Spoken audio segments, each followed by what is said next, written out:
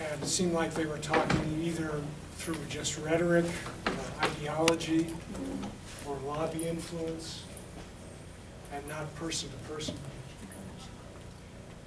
So the ultimate aim of this project is to bring this facilitation, this experiential democracy encounter, one-on-one encounter between legislators who are on contrasting sides of an issue of moral import, or community activists who are on contrasting sides, and help them as a part of their general deliberative process to have a sacred space where they can face each other again as human beings in a more intimate setting, and hopefully a safer setting, to really try to understand each other, where each other is coming from, and not just intellectually, not just rhetorically. As I mentioned earlier, I personally would much rather know that people who have my life in their hands, in terms of sending me to war, or sending fellow country people to war, putting us in harm's way on a number of levels, whether it has to do with war, or it has to do with industrial contamination, or it has to do with our medical system. I personally would feel much more secure if I knew that the people who are leading these causes and these directions had at least spent some time personally encountering the issue and each other about the issue. And I will acknowledge right up front, I am a psychotherapist, I'm a psychologist, so obviously I do have a bias toward, in particular, depth therapeutic principles, meaning that I do work at a deeper level with clients to help them become more present to the parts of themselves that they've cut off, that are other to them. And I have a strong belief that a lot of the divisiveness and fragmentation we're seeing in our culture has to do with wounding, personal wounding, that drives people to become absolutist and dogmatic, and sometimes even tyrannical, or to try to live through leaders who lean in those directions, and who are often coming from their own wounding in the same way. You almost have a perfect storm of cultural wounding and a leader's wounding that moves society toward often very destructive circumstances. So, to bring that back into our circle, first of all, I deeply appreciate that you're all here and will be a part of this experience. This has also grown into a task force that I started with Division 32 of the APA. And unfortunately, we don't have all the members of the task force here. They include Sean Rubin, David St. John, Rhonda McGee, who is an attorney at University of San Francisco and practices mindfulness law. I think most of you know Sean Rubin and David St. John, or at least you have an idea. They're within our humanistic psychology community. And Lisa Vallejos, who is somewhere here. Yes. And we have two new members of our task force on experiential democracy, and that is Nathaniel Granger on my right and Roger Brumet on my left. I should disclose that I know both of these folks fairly well, and I am extremely appreciative to them for offering their beings to this demonstration. And hopefully this could provide a sample, an educative sample, to legislators or community activists out in the broader social world that our task force will be pursuing to provide this kind of training and perhaps ultimately help it become a natural part of the deliberative process. I mean, if we're talking democracy, why shouldn't we be talking about the deeper dimensions of democracy, like facing each other as human beings, and not just abstract speakers in huge halls? Now, of course, details have to be worked out about how this can be integrated into such a formal deliberative body. But I'm told from Rhonda McGee, our attorney, that it's possible. So we're going to be pursuing that. So in the interest of time, and this is obviously a delicate process, we want to give time for the demonstration and then time to open it up to audience discussion. I'm going to move into this very soon, but I also want to mention that if this is particularly stirring for any of you, to the point where you feel you need to touch base with one of us here, Lisa Vallejos has offered her time immediately after this gathering to speak with you. And you can feel free to contact me as well, if needed. So we'll begin here. It's always good to have a glass of water to begin. Now, I hope you'll be able to hear us okay. If not, just feel free to move up front now, a little closer. Now, I also should mention that Roger is an ex-policeman, current policeman also, but in the past has trained police as well as been a policeman in the community. And Nathaniel has been a social activist for a substantial period of time, and also grew up in the south side of Chicago. And so they clearly have respective personal experiences of community policing. And that is the focus of our topic today, is the experience of community policing. So to begin this process, I'd like all of us to just take a moment to take a full breath, get centered in our bodies.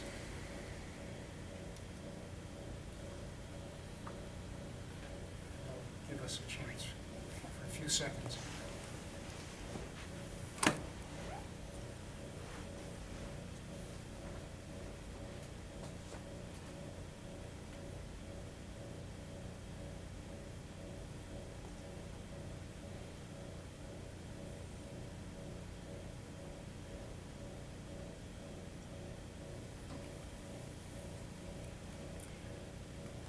So in the first part of this facilitation, I'm going to ask our participants to take about 5 minutes to relate their experience of community policing in as mindful and heartful a way as possible.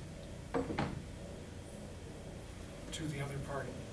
And then I'm going to ask the other party to reflect back what he heard, and not just heard, but felt or sensed about what the original speaker was trying to bring out. So the idea is to tune in with one's whole body experience to where the other's coming from. And then the original speaker will have a chance to correct or revise what the other party has reflected back. And then we're going to switch. So I'd like to begin with Roger first, if you would, in describing again, as mindfully and heartfully as possible, your experience of community policing to Nathaniel. Well, my experience with community policing goes back a lot of years. It's been a long, long time since I was involved with it. But I really kind of going back to my initial impression of it. It was probably the late 80s, early 90s that community policing emerged within law enforcement. And I recall that this was our administration's new program. And a lot of us had devoted a lot of our time and a lot of our efforts to become trained. And most specifically, trained as crime fighters. Our idea of community policing was quick response and take action on behalf of the people who are victims.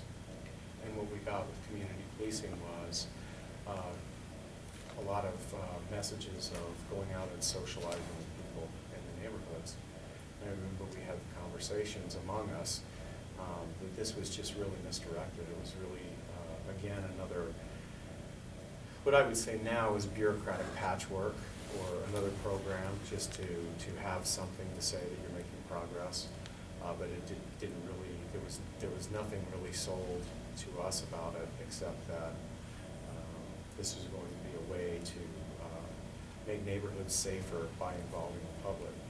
And by involving the public, that initially created anxiety for us because sometimes the public doesn't always make the best decisions in emergency situations. And I come from a state where we have open carry laws of guns. We very individualist culture, and the idea of having, the neighborhood get involved really was a lot more like encouraging sort of a partnership with vigilante kind of things. That was a potential. And we're like, well, we really don't want citizens getting involved because citizens getting involved can get hurt, and we'll be the ones that hurt them. The other thing is this idea that we had trained so hard and we took our job so seriously that now we were kind of expected to go out and meet with neighborhood groups and have lemonade and this kind of thing. And we thought, is this really that good of a use of our time? Just to write a traffic ticket takes 20 to 25 minutes. And there's so few resources, and we often patrolled understaffed so that there was not enough people out there. There was no backup sometimes on calls. And yet now we're going to take on this kind of, go out to the public and make the public feel better about, about the police department. We really looked at it as it was a PR thing and not really anything that would accomplish it. So I felt resistant to it initially because I thought it was a waste of my skills and a waste of my time. And I thought that it was really encouraging citizens to get involved in a way that could very easily be counterproductive and wasn't really going to give us what we wanted, but it would ultimately, it looked good in the papers, and it made the police department look like it was trying to be more friendly.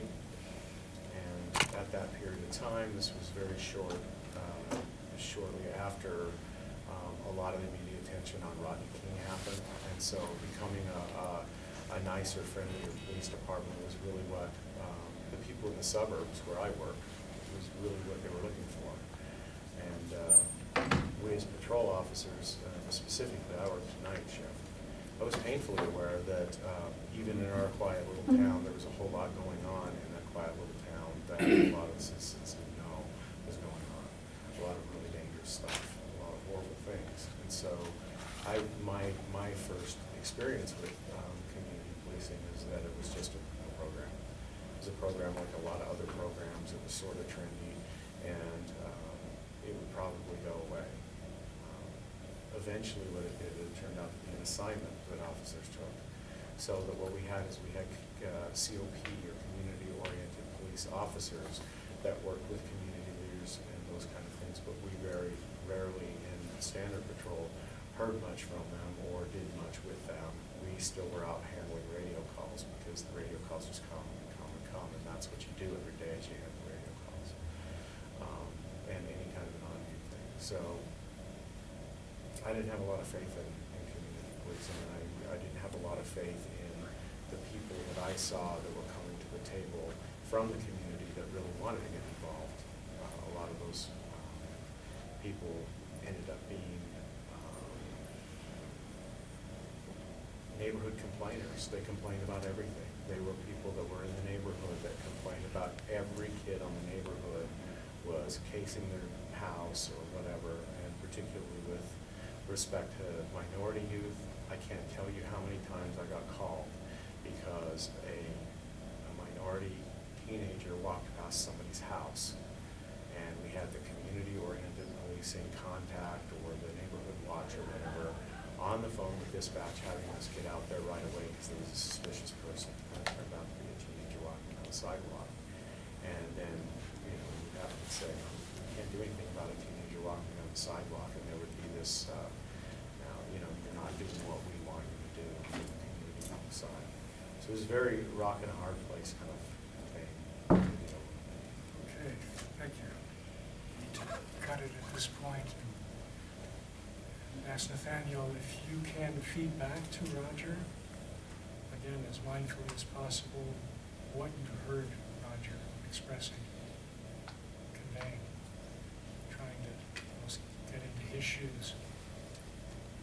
What I heard from Roger was he was put into a position of community policing that he didn't have much faith in at the outset.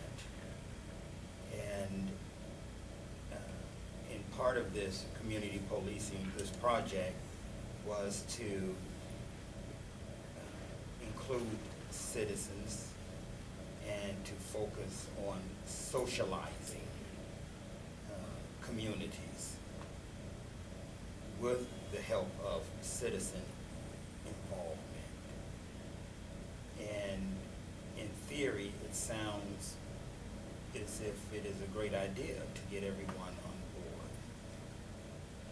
as far as this community policing. But I get the sense from you that you felt that it was a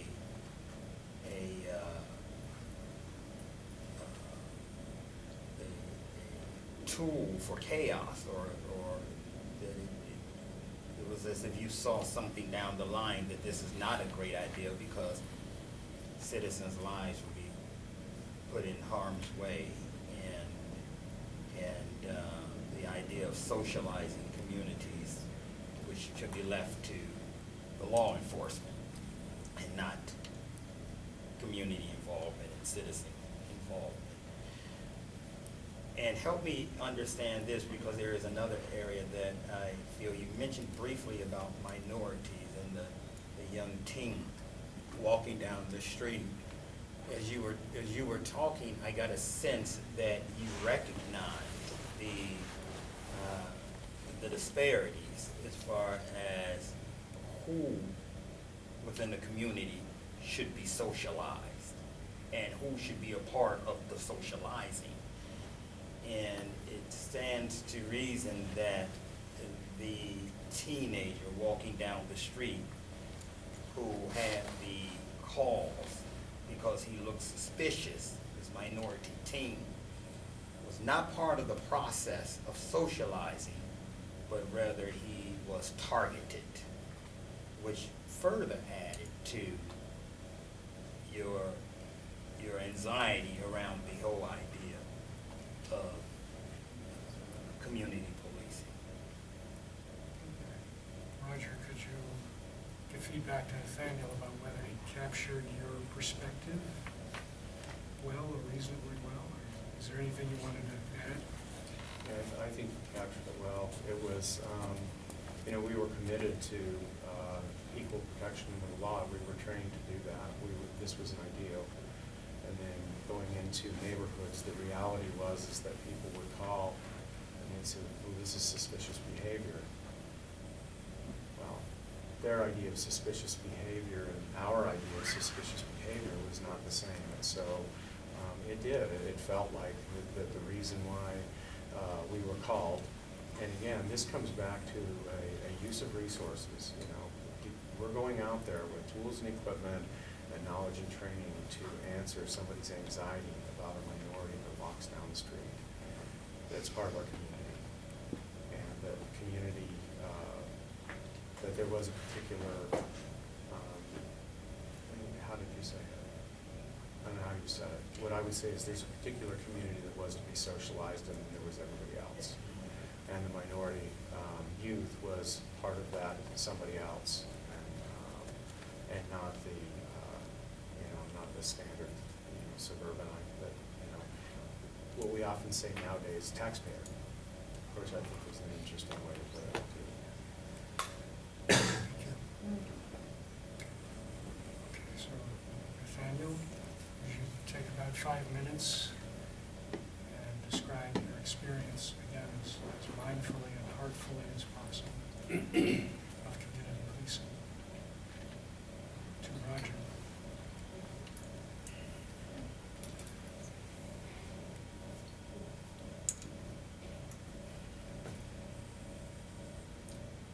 When I was in Head Start, going into kindergarten, one of the first lessons I learned was if ever I would find myself in trouble, to look for Officer Friendly. Officer Friendly was the prototype of my savior. If I could just find Officer Friendly. As a little boy, I was at an amusement park in Chicago called Riverview. My babysitters took off, and I was waiting to get on the Ferris wheel. I was holding on to a hand as the line inched closer and closer to the Ferris wheel. When I got to the front of the line, with excitement, I looked up at my babysitter, and it turned out it wasn't my babysitter.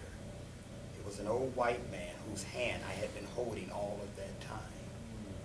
I took off running through the amusement park, only to find Officer Friendly, knowing that if I found Officer Friendly, everything would be all right. And lo and behold, at the concession stand, I ran into a white cop.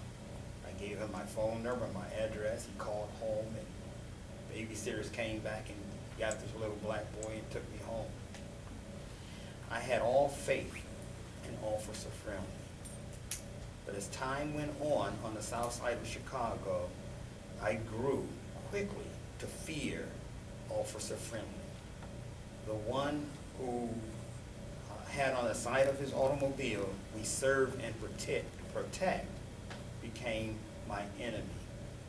And I felt the overwhelming presence of fear whenever I was in the presence of Officer Friendly.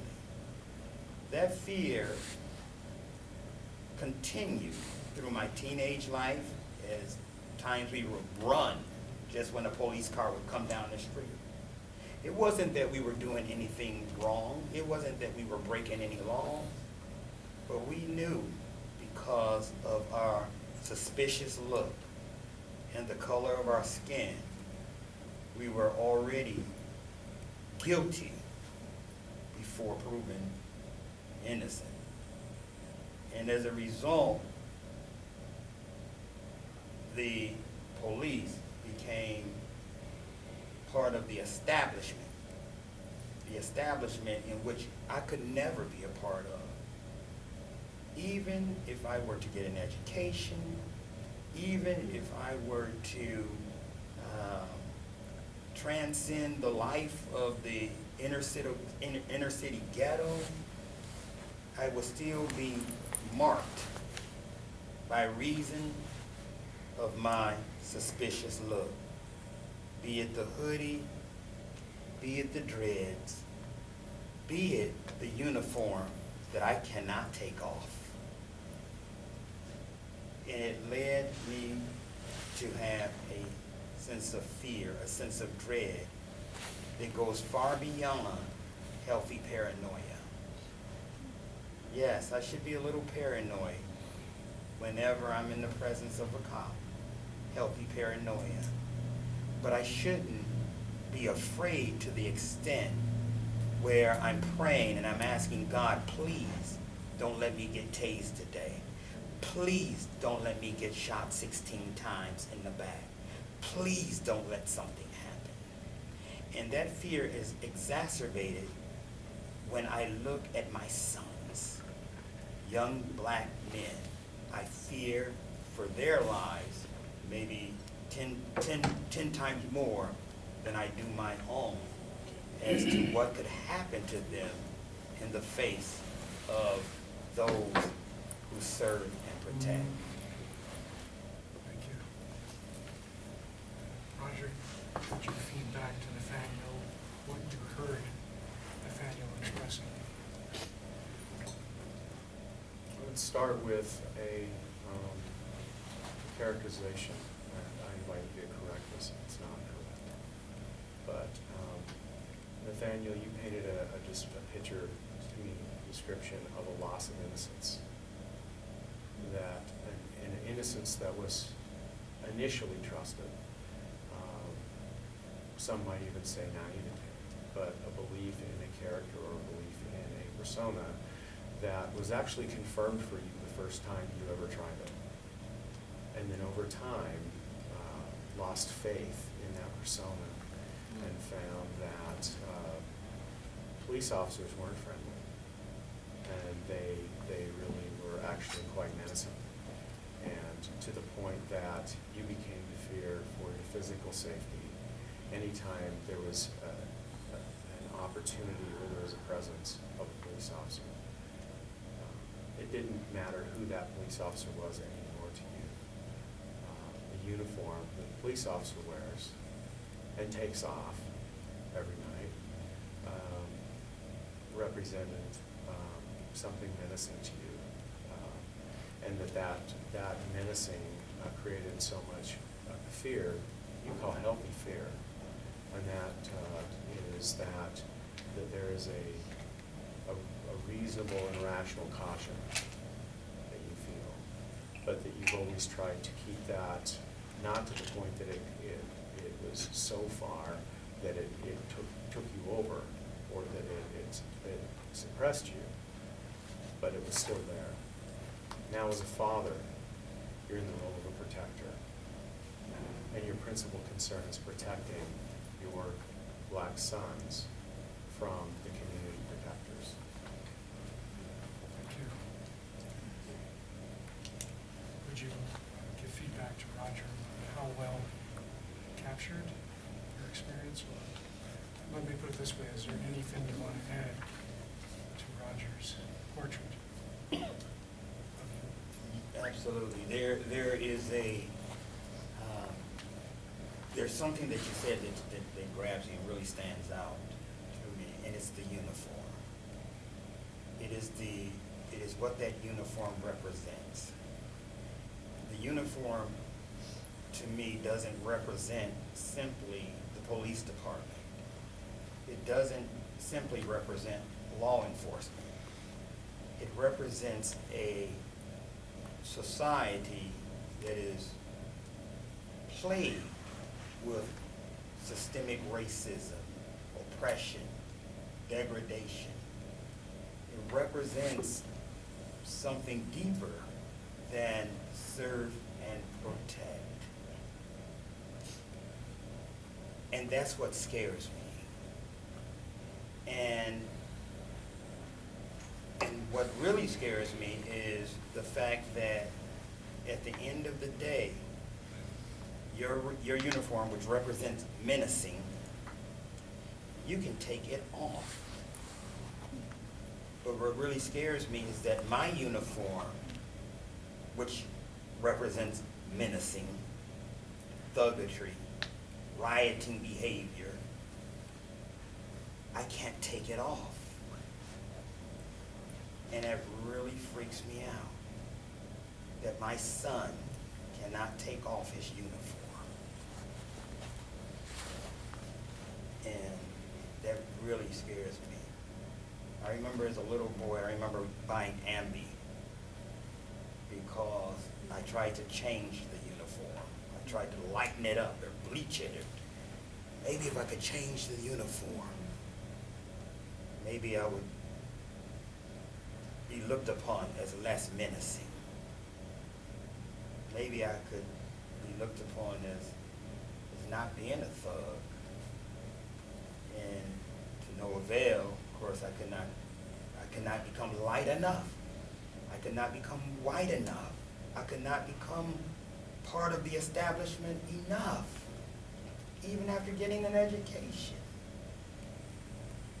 And I still feel that when I'm pulled over by a cop, the first thing that comes to my mind is not that a tail light is missing, not that my tags are expired or if I get proof of insurance.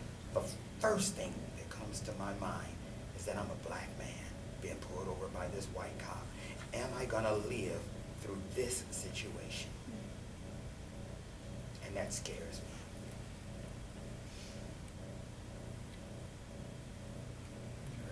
Response to Nathaniel.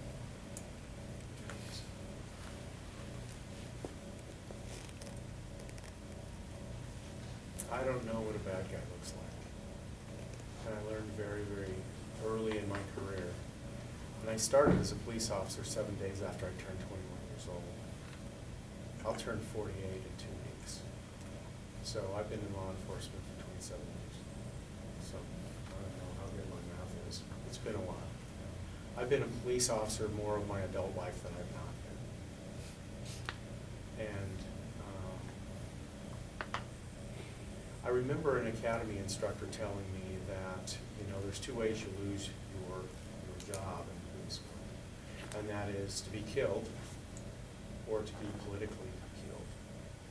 And that if you cross the wrong white person, they'll take your job. But if you cross a black person, they'll take your life. That was 1988 when I was told that. And I thought that that was really, really, that struck me as being very, very jaded. But even today, so many years later, I still remember that guy saying that and how much he believed it. Perhaps that speaks to what you call the establishment. I also remember when we were taught about people with tattoos. The tattoos meant that people were either in military service or that they were thugs. And in 1988, people that had tattoos were either motorcycle people or they were military people. It was a good place to start with sorting people out, particularly if you saw and got to learn to recognize jailhouse tattoos. When I was 20 years old, I worked at the Utah State Prison, and I learned behavior, and I learned language, and I learned a culture that was there that was not anywhere else. But when I saw it on the street, I identified it very, very quickly. To the point that even a friend of mine, I befriended a guy at the gym and we worked out together. And when he would call me boss, it would bother me. And I said, I wish you wouldn't say that, because I worked at the prison and this is what that feels like when you do that. It creates, it puts me in that position of being on the other side. He later told me he had done 7 years in prison. So I was a young officer and he was a young ex-convict. He'd served his time. We became very good friends. But what I learned through that is that I don't know what a bad guy looks like. I've dealt with clergy that molested children, which was a huge loss of innocence for me. I saw men beat women that they were supposed to love, unrecognizably, sometimes with weapons.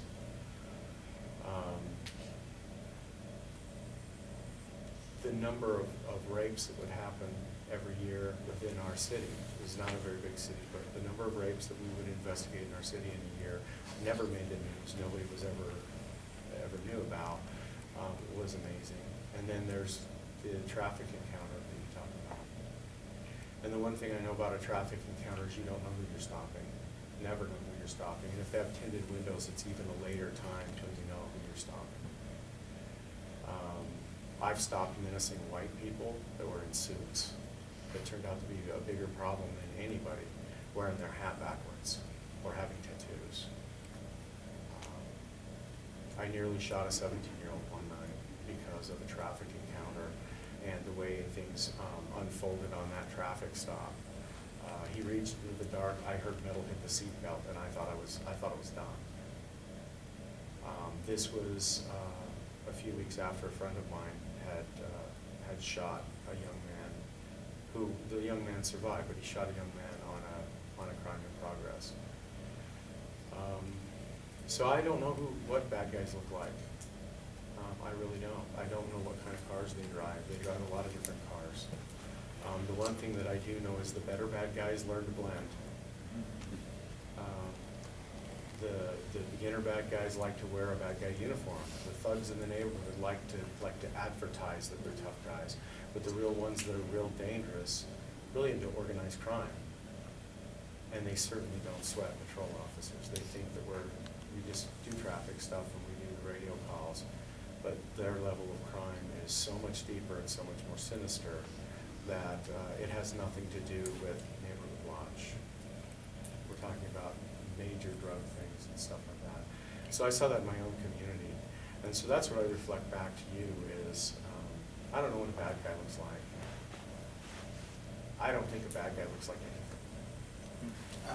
I hear that, but then also I also hear that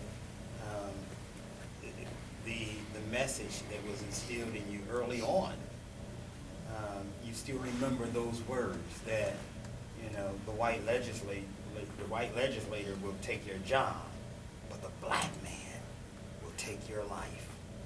And it stands to reason that even though, you know, I hear you say that you don't know what a bad guy looks like, somehow it was instilled in you that you know that the black man will take your life. And that's the bad guy. It's not so much the one who will take your job, but it's the one who will take your life. And my question is, how does that impact your behavior as a cop, knowing that perhaps this white gentleman might take my job, but this black man will take my life? Does that dictate your behavior towards one, differentiate your behavior towards one from another, or how you behave? I found what that academy instructor said, and I think for me, and this is personal, being a white suburban officer, you know, I don't work in the inner city of anywhere, and never have. So I want to qualify that, but I found that to be not true. I found it to not be true. In fact, what I found is that it was a lot more the opposite, that stopping a black man on a traffic stop was more likely to generate a complaint with my chief than stopping a white man. And that created a certain amount of anxiety too. That now all of a sudden this traffic encounter, I didn't quite know how this was going to go. I didn't know if I was going to walk up and be met with, a friendly conversation, a neutral conversation, or a contentious conversation. So traffic stops. And I'll also say this, I think most citizens, a traffic stop is a traumatic event for them. For me, when I see blue and reds in my mirror, I get anxious, you know. And I also know that this young officer that's going to walk up to the window is going to ask me for my license and registration, and I have a pistol in my car. And so that changes my conversation with him too. You know, I have to modify my behavior and talk to the officer in a way that communicates, well, I'm armed, but I'm a good guy. right? But again, police officers don't know what good guys and bad guys look like. So, you know, if I have a gun, they still have to sort that out with me. So there's an anxiety there. But what I found from the police officer side of it is that, yeah, I understand the anxiety of being stopped. But oftentimes, the average person's only encounter with police is that traffic stop. I just wonder what you both feel right now, facing each other, being here with each other, in each other's uniforms, in a sense. What your experience of each other is, given you've been brought up in uniform as a very powerful symbol, implied that it is as well. I wonder if there's anything you feel moved to say about being with each other right here and now. About that. There's for me, there's a perpetual state of confusion when I talk with you or someone like Rod, who wears the uniform, who doesn't fit the cop schema that I have in my mind. And the cop schema in my mind is that you don't have my best interests at heart. But then the times that I've had to rely on cops, they more often than not prove to have my best interests at heart. And so I'm pulled in these different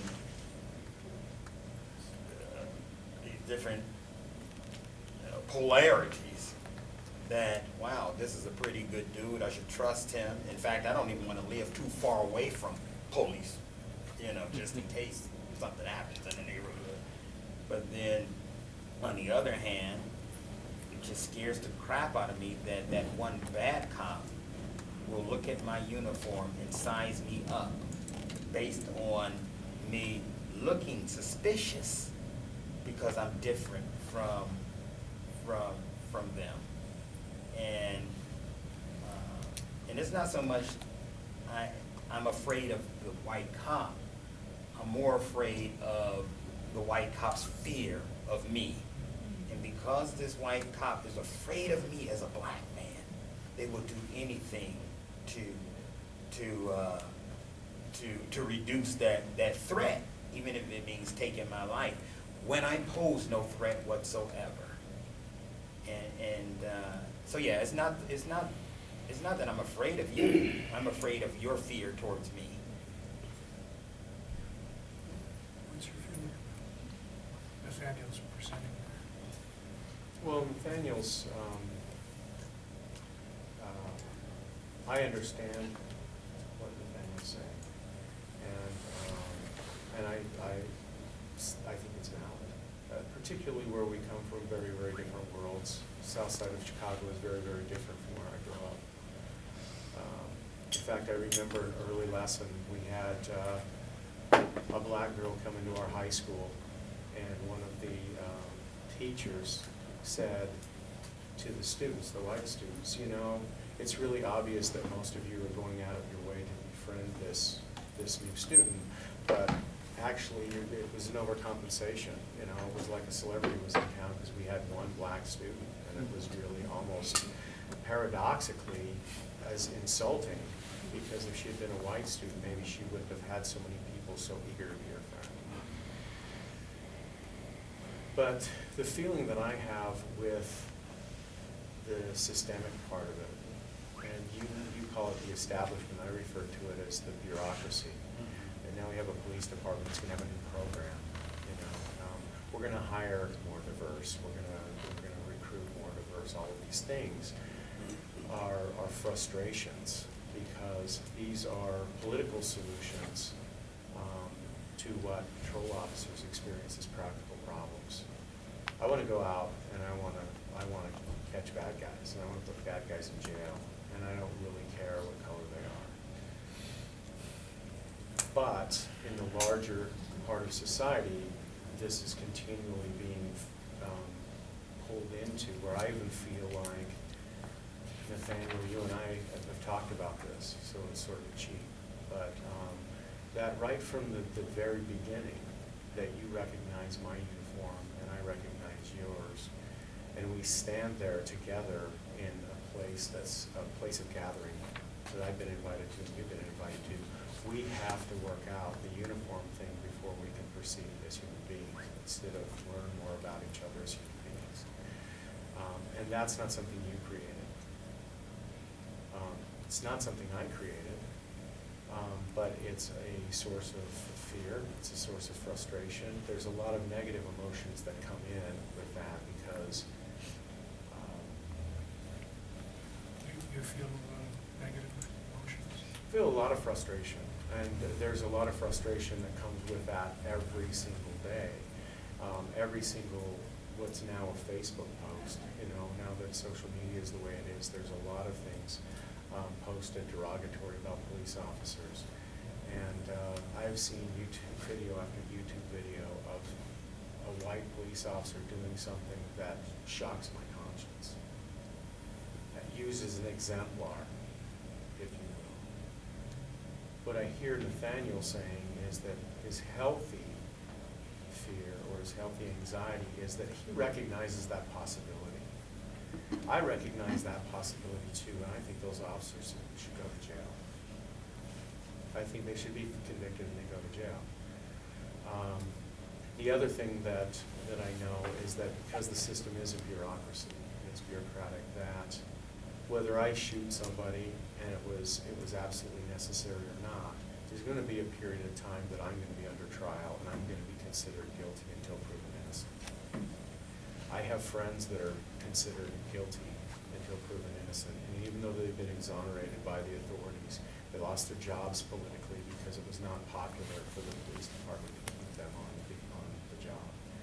They have difficulty getting other jobs in police departments because that police department doesn't want to take the risk or have it go in the media that this officer now is working again, even though he was exonerated of any wrongdoing. So there's a lot of frustration that I feel comes into that actually community policing and these kind of programs are creating a bigger wedge than they're doing anything. But at the end of the day, people who are instilling these kind of, and the policymakers are saying, oh, we're doing something, and that they get a pass because they're doing something, but it's completely useless. We're unfortunately in a limited time right now.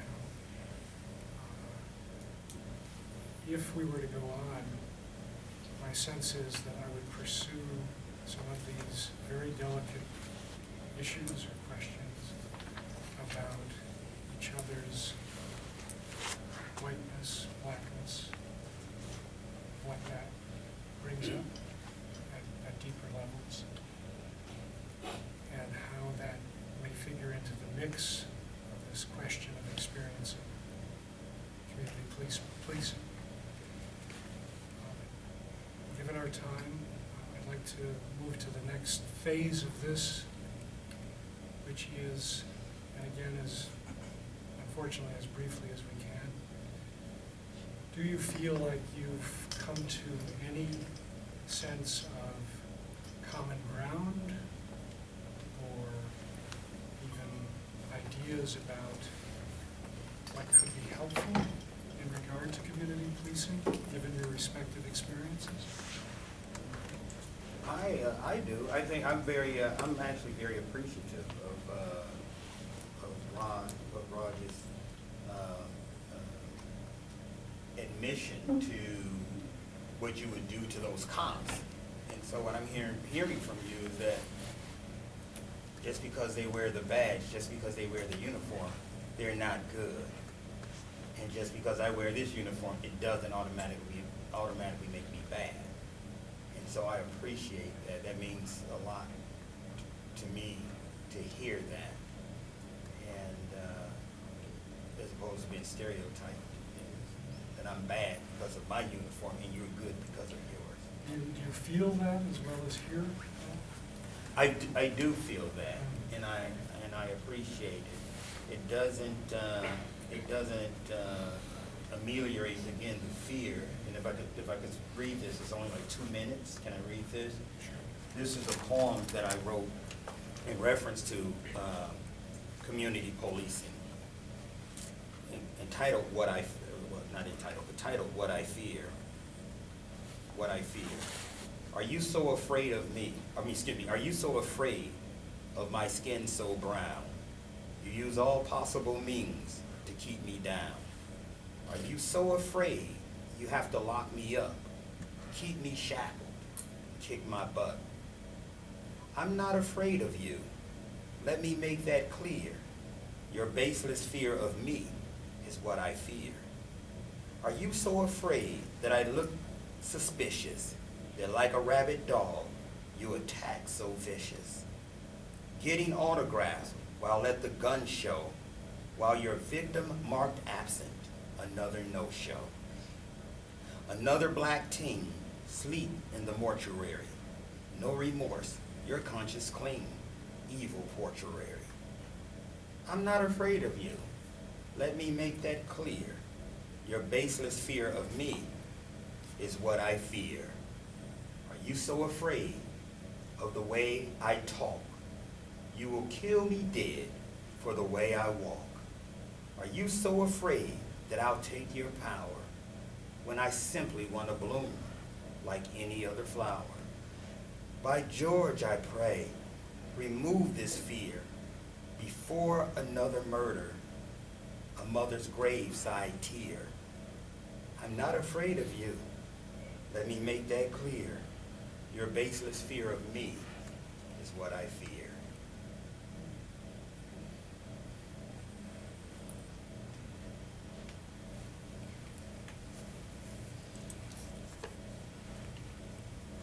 Roger, do you have any more thoughts, feelings you'd like to express in this forum to Nathaniel about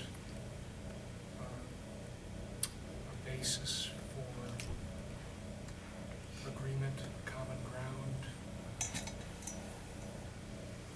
a suggestion about what you'd like to see happen with community policing? Well, I think the common ground that I heard and that instills some faith to me is that he says that he experiences confusion. That on the one hand, everything in that poem is an experience. It's based on experience. It's based on perspective. For me to hear that poem with the second person pronoun you feels contentious.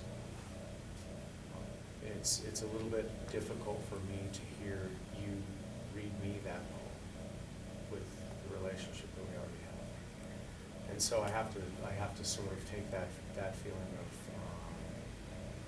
division that we have and sort of think, okay, this is a poem and this is based on not necessarily me personally. But it does go to and it does speak to what I think we also share in common, and that is objectification. I feel objectified all of the time when I'm in uniform. Sometimes people are over-ingratiating, want to buy coffee, want to do these kind of things, and it's like, you know what, I just want to do my job. When 9/11 happened, we had people that would want to come up and say, thank you so much for your service and this kind of thing. And it's all meant well. We just want to do our job. But we're inhibited from doing our job from that might be a positive ideal. That might be the positive where, people in the community are thanking us. That's great. There's also there's a negative mythos there too. That negative mythos is perpetuated not by African American activists. It's by every single police officer that commits crimes against the citizenry. I think the thing that we agree on is there's nothing worse than a dirty cop. And I think that that's a basis. The other thing that I heard from you that I think is important that brings that together is that you said every time you've needed an officer, the officer has had your best interest. So you've experienced that. The negative experience that you have, or the negative feelings that you have, are protective feelings. They're survival feelings. The good feelings you have are pleasant, but they don't really touch you in that survival way. They don't threaten you. And being threatened is different. It's a different thing. And I feel the exact same way. Is that feeling threatened is a different emotion. And that where we come together is that neither one of us are willing to presume that because our uniforms are different that we're necessarily on a different side. So that feels like a very key issue. Absolutely. The presumption issue. And again, because of time, it'd be hard to pursue that too far. But one thing it makes me think about is even whether this kind of process could be helpful, both in the community and with police officers, where it's more of a one-on-one sharing of experience, facilitated, hopefully a safe and optimally safe setting to do that. That's just one thought that came to mind. I'd like to point something out, and that is that Nathaniel here is representing, I don't know what the number is, but he's representing a population of the United States. As an individual, he's sitting here and he's the spokesperson for a race. Okay? And I'm sitting here as a spokesperson for a very diversified and very decentralized occupation. And that puts us in positions of responsibility for actions that we're not responsible for, and for attitudes we're not responsible for, and for a historical trajectory that neither one of us created.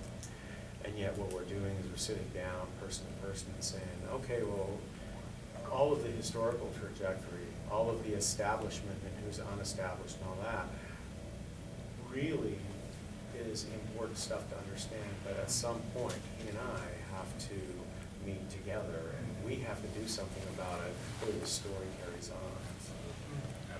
It could break the story here in some way, or at least Maybe for us, maybe for some of you.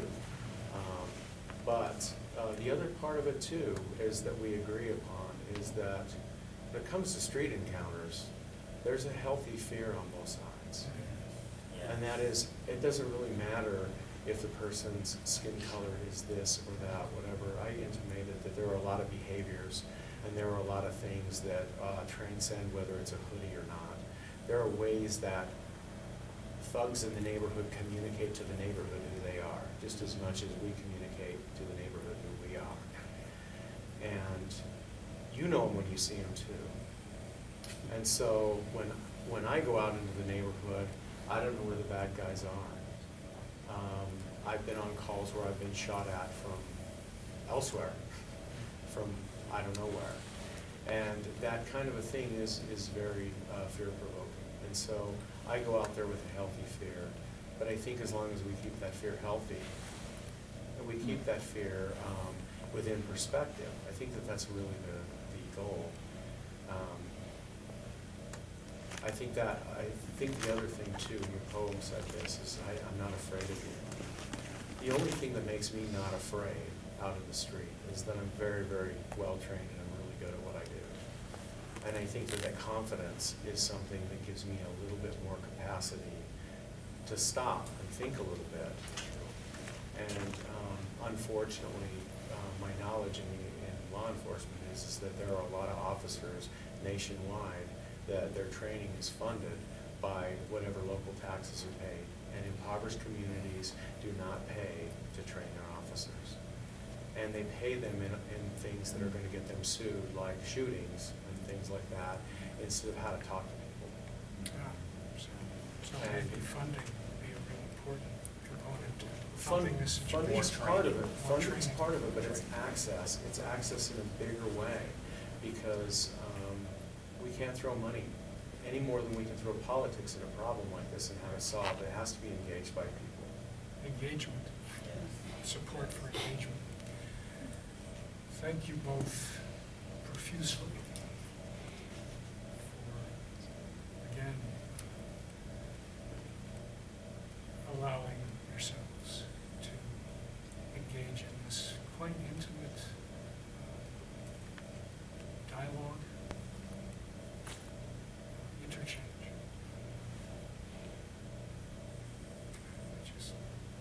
I'm very touched by what you've presented, and I hope it's duly helpful. So I'd like to take just a few minutes right now for Drink water, celebrate or something.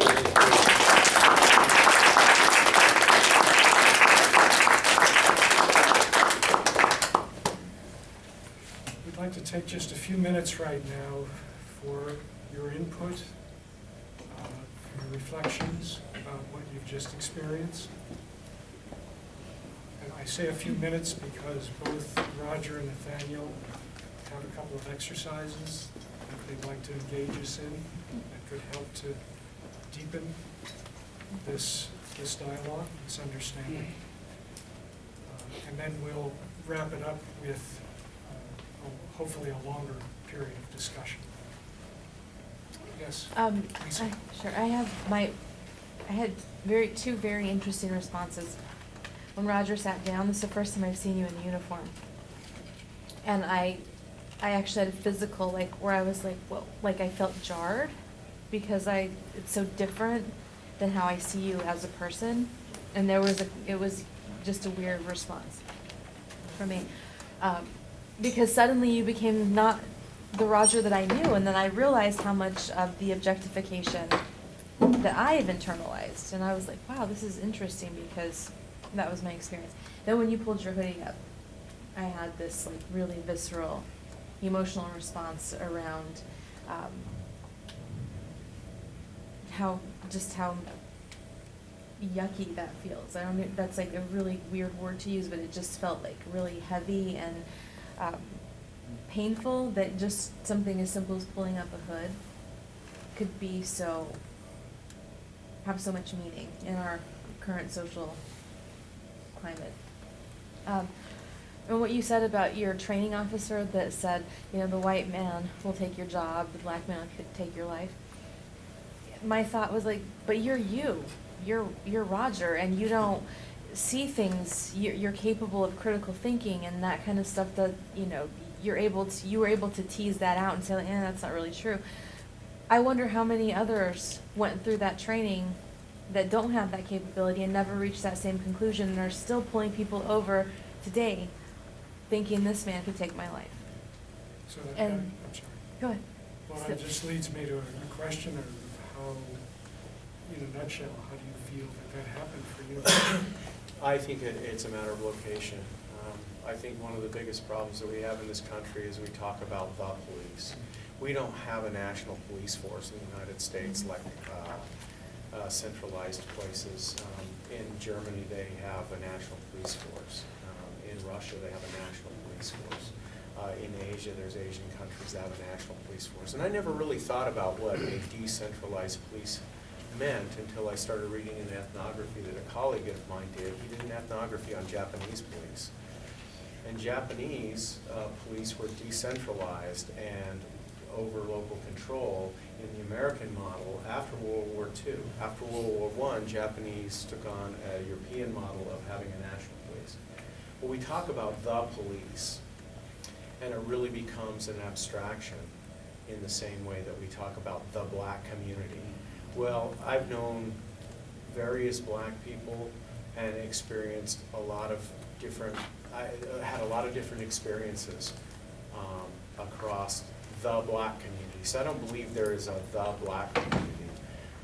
However, I do recognize that first response, and that first response that Lisa talked about with how she felt about me is the same kind of response that Nathaniel has expressed to me that he gets when, you know, from other people, like if they find out or he comes into a place and people look longer or whatever. I got so much more involved in Nathaniel's work on microaggressions because everything that he talked about is something that I experienced. And I appreciate that, and I guess I also wonder if your psychological training had something to do with your openness or your discernment with this issue, and if that's something that you feel could be important for police departments. Yeah, it was evolutionary. You know, when I Briefly, if you know, when I actually went back to college, that was when I started really getting exposed more to, you know, I went into a psychology program as an undergrad. That's when I got more exposed to these kinds of things and these kind of thinking. But I mean, before that, like I said, I'm very, very well trained and I'm good at what I do. And so as a crime fighter, you know, when it comes to, I was one of those guys that out on the street when other guys were in trouble and they called for help, I was one they wanted to show up really quick because I'm pretty good in a fight and I can drive a car really fast and I can shoot really straight. I'm pretty good at what I do. I started training police officers when I was 23 years old, so I've been a police officer 2 years when I started teaching officers. And so, but that's a skill set that now has to be also complemented by a skill set that really, if you even look at the ancient samurai talk about, that if you can walk away or if you can have that fight and peacefully before there's any punches thrown. And I learned in my as I got older too, and as I worked patrol, at least once a month. I don't want to fight with a 20-year-old because one thing I know about fights is both people get hurt. And, you know, an afternoon in the ER getting your hand patched up or whatever it is, if it's scrape on the knee, torn pants have to be replaced, all of it is a bigger hassle than it would be if we just basically say, how are we going to communicate so that we can get business done? And I think that that's where that comes from. So I'm hearing again the significance of engagement, personal engagement, communication. Big themes. I would like to highlight- Relationship is so very important, establishing a relationship from an existential humanistic perspective. I think that has helped me a lot. And instead of seeing cops as just cops, I have to look at cops humanistically just as much as I look at myself humanistically. And understand, I have to understand Roger's meaning, you know, as well as I do my own, and I have to honor his meaning when he feels fear. I mean, right before this presentation, we were in the hall, we both were exchanging our nervousness with each other relative to this presentation. And he honored my nervousness and I honored his nervousness. And even though it's coming from two different perspectives, the nervousness itself doesn't know that. It's just nervousness. Acknowledgement is important. I just wanted to kind of speak on my reaction, and I think it ties into a little bit what you were saying about first response, and now, Nathaniel, what you're saying about kind of this necessary self-examination. And the thing that was coming up for me was this relationship between implicit bias and power, which I think, I'm not sure how much that really gets discussed, because I think for a lot of us, irrespective of our racial backgrounds, we do hold these implicit biases of which we're not aware. So even when, you know, looking at some of the testing that they've done with individuals who are primed by a particular face, a particular race, and then given a question like black people are, you know, more fearful than white people, and then looking at the response time that it takes for an individual to then press like yes or no. And we know that some of us, you know, as black people, as white people, as Asian people, whomever we are, we hold some of these kind of fears about the other and about ourselves even.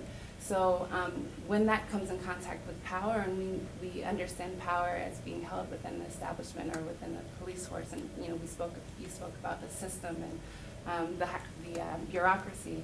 So I think part of that fear is that when individuals who are in the system who as human beings have this kind of implicit bias. What happens when those two come in contact? Because as an individual, an individual might not have this, oh, I'm pulling over this person because they're black. Like you said, you don't know if that person's black oftentimes when you pull them over. But what is the kind of, what happens on that implicit level when then you do see what race they are. So I thought that was something that was coming up for me when I was hearing both of you.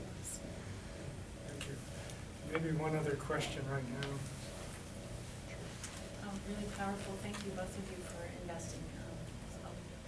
And I'm curious about the link between who's impacted in this room. You're both impacted, but how can we, as people interested in positive social change, be thinking about how to maximize that impact, turn it into a more powerful impact at a policy level, dealing with the structural issues beyond just right here in this circle, in this room. And you mentioned training. I mean, I think training is really powerful and really important. I'd like to hear from both of you, what kind of training and what access do you think, particularly in conservative communities where police are potentially conservative and the structure is conservative, what kind of training would be most, would have the most, have the most impact? And just one small thing I want to say, I worked in Liberia for a number of years at the grassroots level with community policing, and I was a civil affairs officer. But it's fascinating. Every country has these issues in different ways, and it's not necessarily about race. Oftentimes it's about the structure of authority and how that's abused or not abused. To answer that, if I may, Yeah. I think one of the greatest trainings would be a greater focus on multicultural awareness. I'm not talking about a 2-week course and you get a certificate, but I'm talking about maybe a 6-month course or a year course in order to understand the nuances associated with different cultures and to understand different cultural behaviors or behaviors that are unique to various cultures. I know as African American males, matter of fact, even in the DSM, African American males meet the criteria of antisocial personality disorder. When the truth of the matter is their behaviors are basically just a way of survival. And even though it meets the criteria of antisocial personality disorder, they're simply trying to survive in the hood or whatever the case may be. And I think cops, law enforcement need to understand that. If you tell me to take my hands out of my pocket and put my hands up, it's not that I have a weapon, but maybe I don't even understand. Maybe I'm just so afraid. Maybe whatever. Don't just shoot me because I didn't respond as quickly as you thought I should respond, because I'm afraid, and when I'm afraid, I freeze up. I'm hearing you, but my body doesn't want to react because I'm stuck.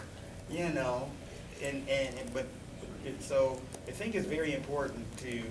I think one of the biggest focus should be on multicultural trainings relative to multiculturalism and diversity, and understanding and cultural empathy.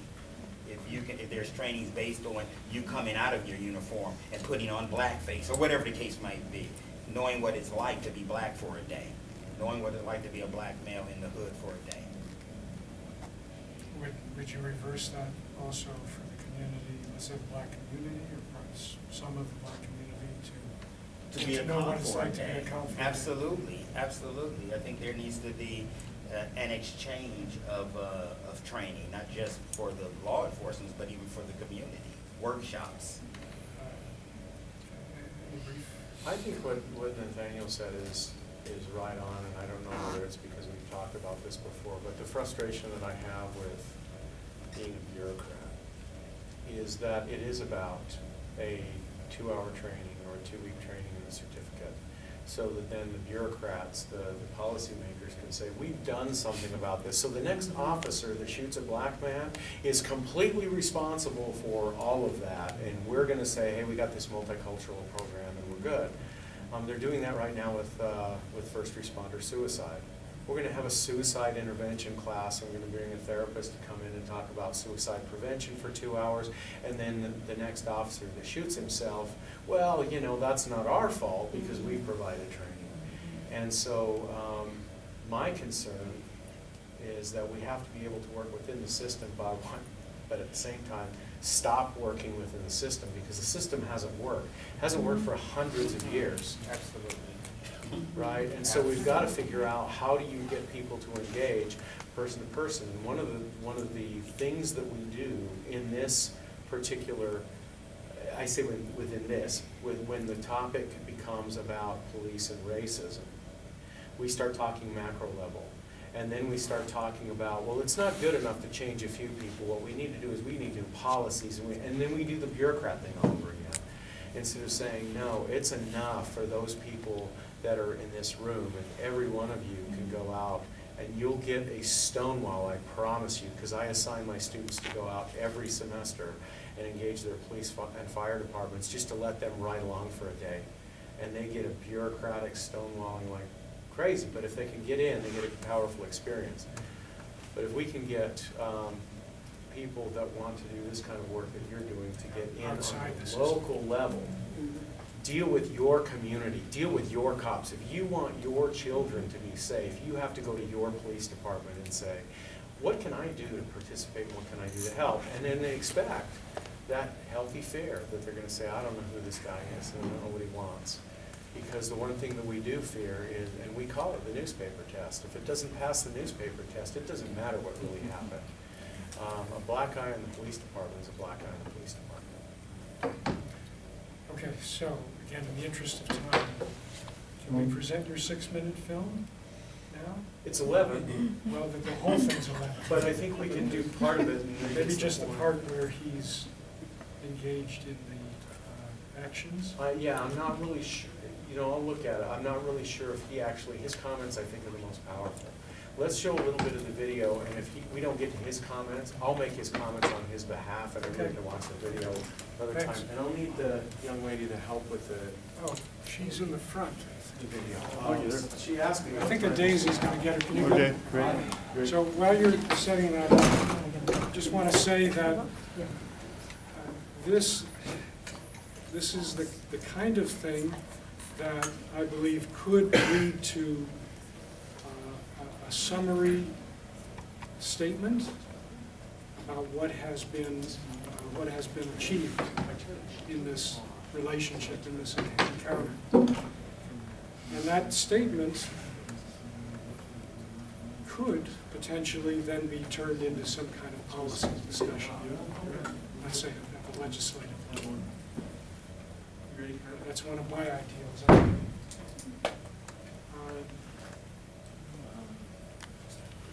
As far as the confidentiality of a situation like this, it may be best to just have somebody record the outcome of an encounter like this, rather than the details of what is transacted between the people. And that outcome could be extremely valuable. I think we came up with some very valuable ideas that could be applied. Thinking of communication, face-to-face engagement, personal engagement. How do we bring that in? For me, it was, we had a fishbowl situation, and it was extremely, and the two were facing each other and talking in this representative way, which is a little artificial, but it was extremely impactful. And I don't know about ideas and putting it into policy and all that, but maybe there's some of that. But to me, it was just really moving. And I don't know where it's going, but it was really a marvelous process in terms of, certainly for myself, just putting me into a place of chaos, really, around this. Well, I'm glad you underscored just the experience. Yeah. Kurt, can I address one thing that you said about the representativeness or that artificialness of that? One thing that I learned when I went through my race and diversity class is that when you're a minority person, regardless of whether it's gender or it's ableism, whatever, and you step into a group that is a homogenous group, so you're the one and they're the many, you become the spokesperson. You become the representative, and it's not artificial. What Nathaniel and I were anxious about, and you add to this or subtract from it, but what we shared was taking these roles and being representative creates real anxiety for us, because it's real for us. It's real. Every day I wear this uniform, I become an officer. I'm not a person anymore. And I'm painfully aware of the fact that because I'm not a person to normal people, that I'm a lot easier to shoot for everybody too. Nobody thinks about the fact that, like, I did some work with an officer that shot and killed a guy, and his 7-year-old son was defending his dad on the playground at the grade school, because this had gone into the media and it got into this big giant political thing. Here's a 7-year-old trying to defend his dad's honor. People don't think past this uniform that there's a family behind, and there's a mom back in Utah that worries every day I go out to work and wishes I would stop, and other people in my life. So the representativeness is not artificial. The artificial part of it is that you've got a police officer who has a PhD in humanistic psychology and a black man with a PhD in humanistic psychology, and so that does run some influence in here that makes us maybe a little bit, and we're friends. Yeah. So that's one thing, that there had to be a little bit of theater. There might be a little lack of inauthenticity, simply because last night we were having a beer together. I'm glad you disclosed that context. And we purposely did not want it scripted at the same time. Yeah. I feel like that came through. Are you ready with the thing? I am. Oh, you take it on. Yeah, and I want to say this with all due respect. Sure. I think, and I don't know exactly how to say this, but your comments are about them being artificial for me as a person, listening to them and being personally impacted, realizing how this was set up, but knowing that the experience and the meaning of the experience and how much it touches so many lives today in a very negative way, I don't understand how that could be judged. Let me share your comment. Okay, do you mind, you can keep it on. Yeah, no, still on. Will there be discussion later? about We're the gonna, process? we're gonna try, yeah. I don't want to get through this a couple things. We're gonna try. Okay.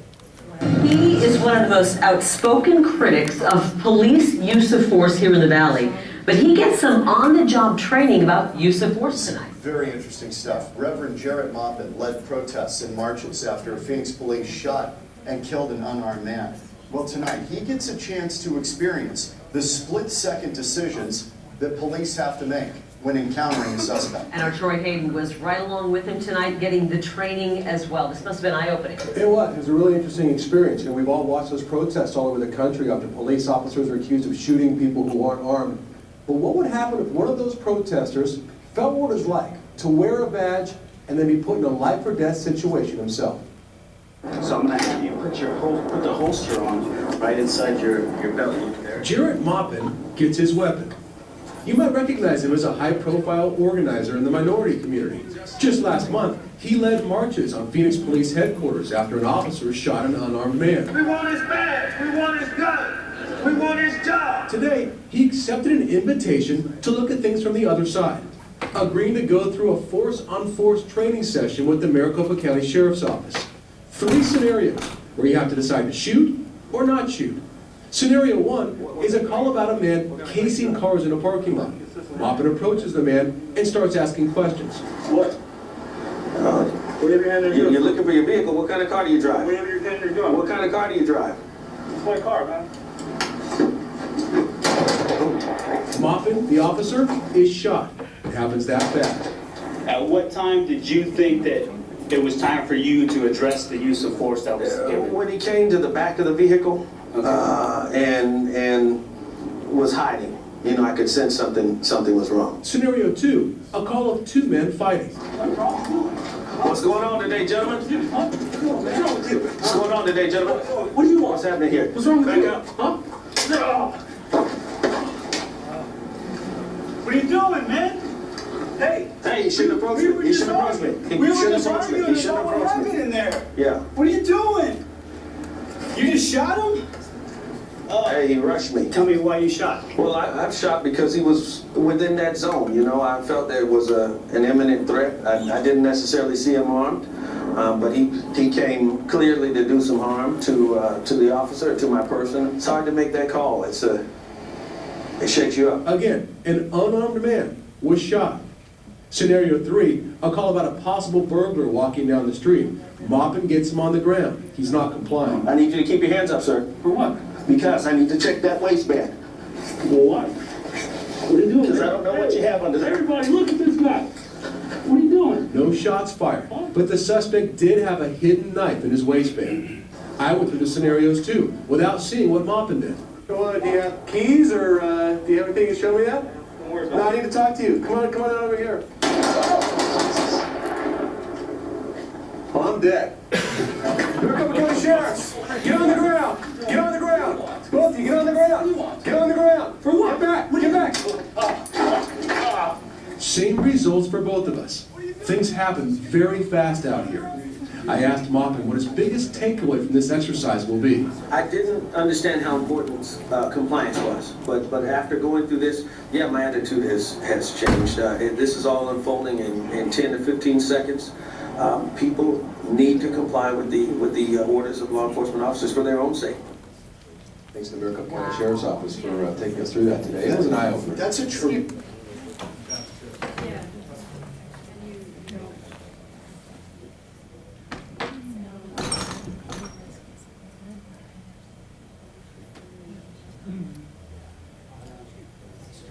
Let's do it. Okay, I'm sorry we don't have a very smooth transition right now, but we need, because of time, and Nathaniel unfortunately has to leave for flight. We'd like to give Nathaniel a chance to present his exercise to us, and then we can discuss.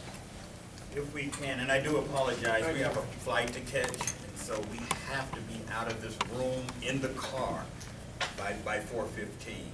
And so if we can do the exercise and then maybe in our absence even process this particular exercise, that'd be great, and I'll get feedback from Kurt. What I would need is everyone to line up, and these chairs may be in the way. Oh, here's more room. If we can line up maybe this over here.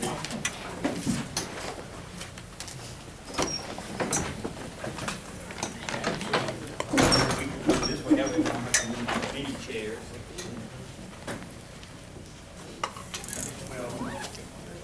You gonna keep it on? Yeah. Gonna keep it on? I think so. Might as well. This way is Rich material. as we can line up evenly, everyone evenly. One line, one line, one horizontal line this way. All the way across the room. Across the room as best we can.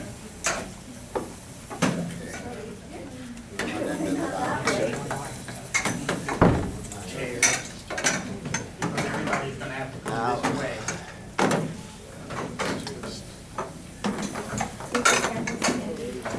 Move this, if we could just avoid the. Oh, no, don't move the camera, don't move the camera, don't move the camera. Just a little disclaimer, this exercise can be very triggering. And so, one of the things, the instructions ask is that if there's not enough time to not to do the exercise, so because it can trigger some emotions, and it has for me, many times I've done this exercise, or participated in this exercise. I'm going to ask questions and just ask for you to just follow the instructions. And actually, you have to take one step forward, everybody. Some of you guys are gonna have to step back. Huh? Oh. And this is called the privilege walk exercise. Yeah, all of these have to come. All right. If your ancestors came to the United States by force, take one step back. If there were more than 50 books in your house growing up, take one step forward. If you ever felt unsafe because of your sexual orientation, take one step back. If you believe that you were denied employment because of your race, gender, or ethnicity, take one step back. If you believe that you were paid less because of your race, gender, or ethnicity, take one step back. If you were ever stopped or questioned by the police because of your race, take one step back.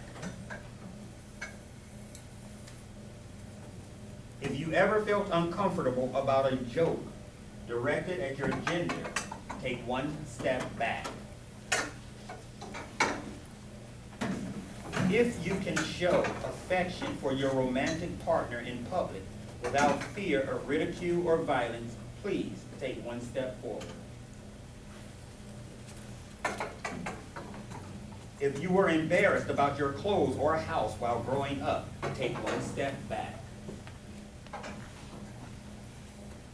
If your parents or guardians attended college, take one step forward.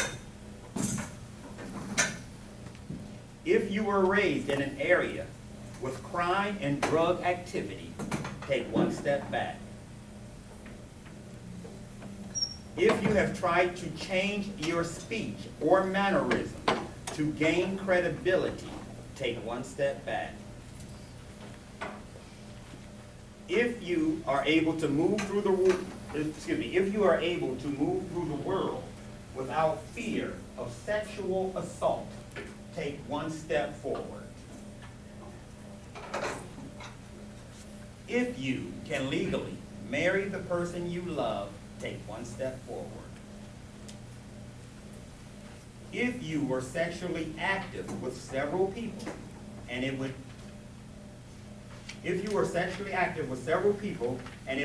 improve your social reputation in other people's eyes, take one step forward.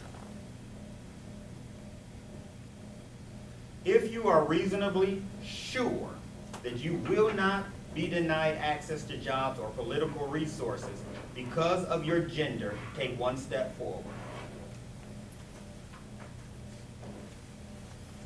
If you are relatively sure you can enter a store without being followed, take one step forward. If you are reasonably sure you would be hired based on your ability and qualifications, take one step forward. If your family automatically expected you to attend college, take one step forward. If you have ever traveled outside the United States, take one step forward. If your parents work nights and weekends to support your family, take one step backward. If you can buy new clothes or go out to dinner whenever you want, take one step forward. If you get time off for religious holidays, take one step forward. If you can walk alone at any time of day or night in Saratoga without thinking about safety, take one step forward. If you went to galleries, museums, and plays with your family, take one step forward. If you attended private school or even summer camp, take one step forward. If you were raised in a single-family household, a single-parent household, take one step backwards.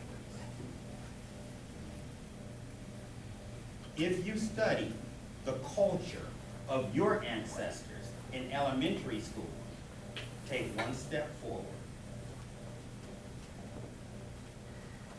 If members of your gender are portrayed on TV in degrading roles, take one step backwards. If you have been a victim of sexual harassment, take one step backwards. If you have been a victim of violence because of your race, gender, class, or sexual orientation, take one step back. If you ever went on a family vacation, take one step forward. There's a big step here. If you ever had a maid, gardener, or a cleaning service, take one big step forward. Or nanny, all default to that same category. All right, last one. If you can walk past a construction site without being looked up and down or catcalled, take one step forward. Excellent. This exercise is about privilege. Every statement addresses some small privilege that is based on gender, race, ethnicity, class, or sexual orientation. The small statements in this exercise have added up to divide people into different locations in this room. Similarly, small privileges in society place individuals in separate places in society. If we can just look around and see who is more privileged in this room and those who are least privileged.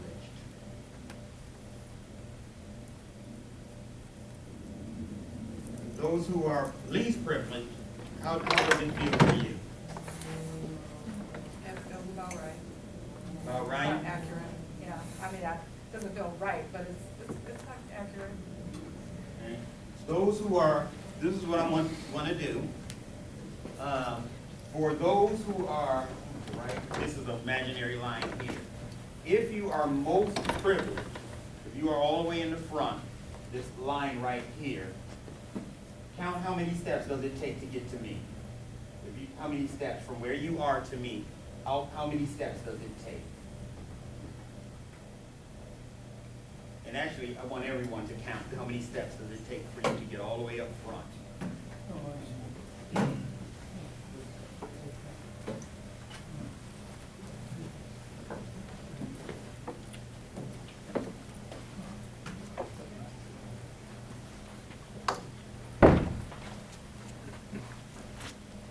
Lewis, because I think you were in front. How many steps did it take for you to get here? One step. Sanasha, how many steps did it take for you to get up here? 14. So it took you 14 steps to Dr. Hoffman's one step to get to the exact same position.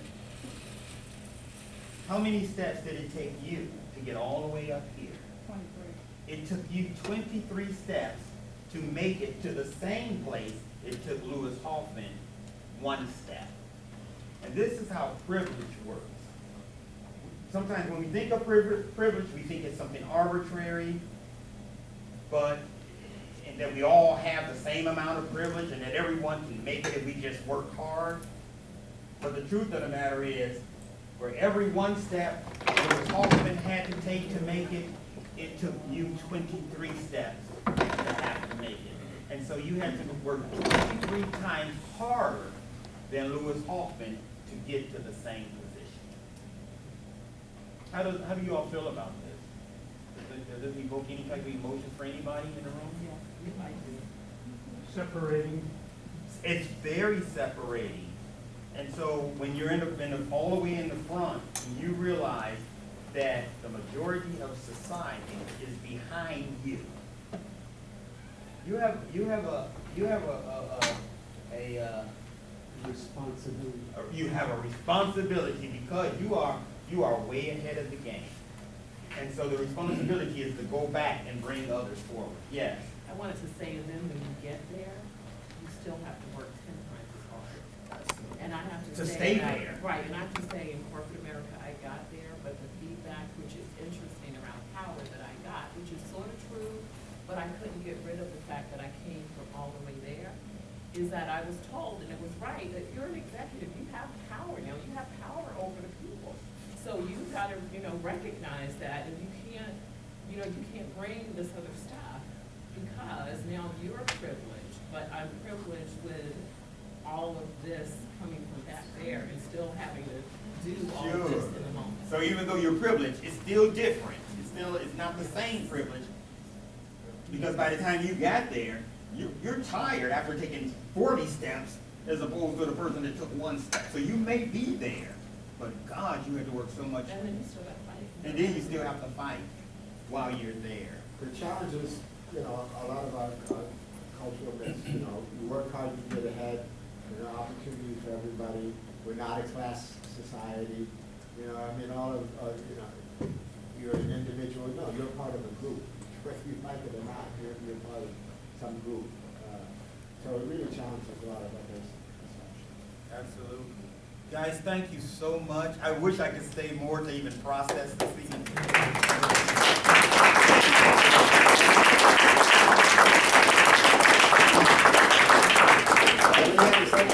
Going to interview as kids. Yes, I'm saying Chicago. Kirk, I'm going to leave the privilege exercise.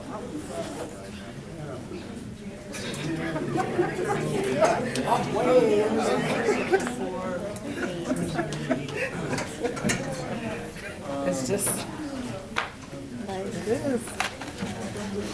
So people are thinking, work hard, you can become president. No.